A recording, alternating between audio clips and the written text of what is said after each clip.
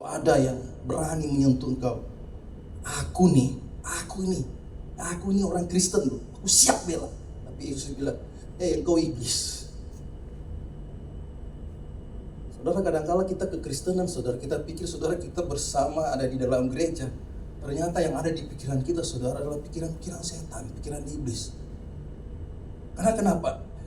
Yesus hanya memikirkan supaya dia tidak bisa, kalau Yesus sudah bersama-sama dengan dia aman. Karena dia sudah melihat Yesus memberi makan 5.000 orang, belum ditambah dengan itu baru laki-laki, belum ditambah dengan perempuan dan anak-anak. Yesus menyembuhkan, orang buta melihat, orang lumpuh bisa berjalan, orang tuli bisa mendengar. Sehingga Petrus bilang, oh enggak, jangan. Kamu harus tetap di sini. Karena apa?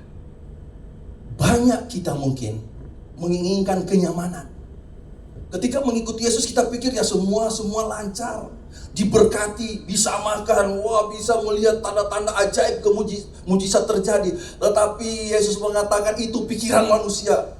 Tetapi sebagai orang Kristen dia harus rela melewati Via Dolorosa, jalan penderitaan salib, supaya dia mencapai kemenangan. Nah, karena Petrus memakai pikiran manusia, masa sih jalan bersama guru, bersama dengan Yesus yang membuat mujizat, orang mati bisa dibangkitkan, kok masalah-masalah kecil ini nggak bisa sih dilewatin?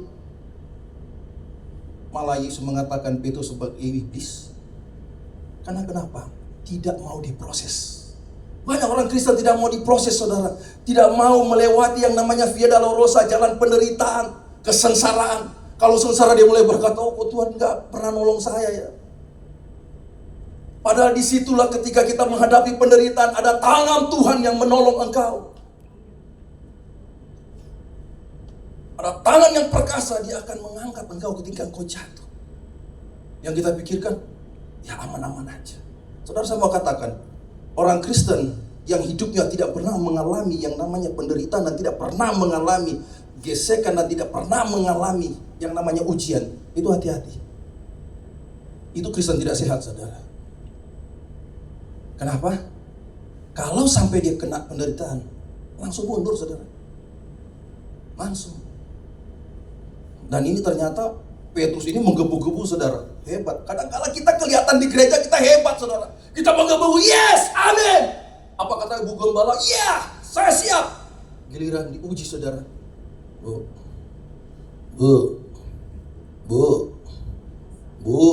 ibu terus, saudara, sasarannya. Padahal kita sebagai hamba Tuhan, sebagai pekerja Tuhan, panggillah Yesus. Dia akan yang menolong kita. Semua dibebankan kepada Bu Gem. Saya begini loh Bu Gem. Bu Gem juga dia nggak tahu nih masalah saya. Udah segudang. Tapi kan nggak mungkin kan sebagai gembala mau ngomong, saya banyak masalah loh. Lo jangan macam-macam aja. Lo jangan gitu. Nggak mungkin lah. Apa Yesus tidak punya masalah? Yesus pun punya masalah. Ketika dia datang ke dunia ini, Yesus bermasalah, saudara. Apa yang dia pikirkan masalahnya, dia bagaimana cara dia untuk menyelamatkan manusia. Dia harus naik melewati Via Dolorosa, dan dia harus naik di atas gunung yang namanya Bukit Tengkorak, Golgota. Dan di sana dia bisa mengatakan, selesai. Bahkan waktu Yesus, saudara, diuji di Taman Getsemani, Yesus sampai bilang begini, kalau bisa Bapa. Artinya dia sebagai Tuhan dan manusia dia nggak mampu menghadapi itu. Tapi dia bilang, kalau bisa Bapa, lalukan cawan ini daripada, tapi biarlah kehendak-Mu yang terjadi. Jangan kita waktu ada penderitaan, masalah, langsung baper, saudara. Banyak anak-anak Tuhan sekarang baperan, saudara. Cemen, baper, cemen, caper, ya. Per semua ya. Padahal itu langsung, saya nggak dicaper, nggak diberikan caper. Apa itu caper? Kuper apa?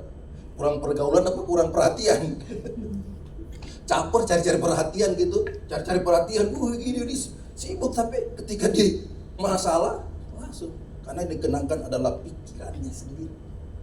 Dia berpikir kalau dia berbuat begini, wah, bagus. Wah, berarti ini hebat. Filipi 3 ayat 19 berkata begini. Kesudahan mereka ialah kebinasaan. Tuhan mereka ialah perut mereka, kemuliaan mereka ialah aib mereka.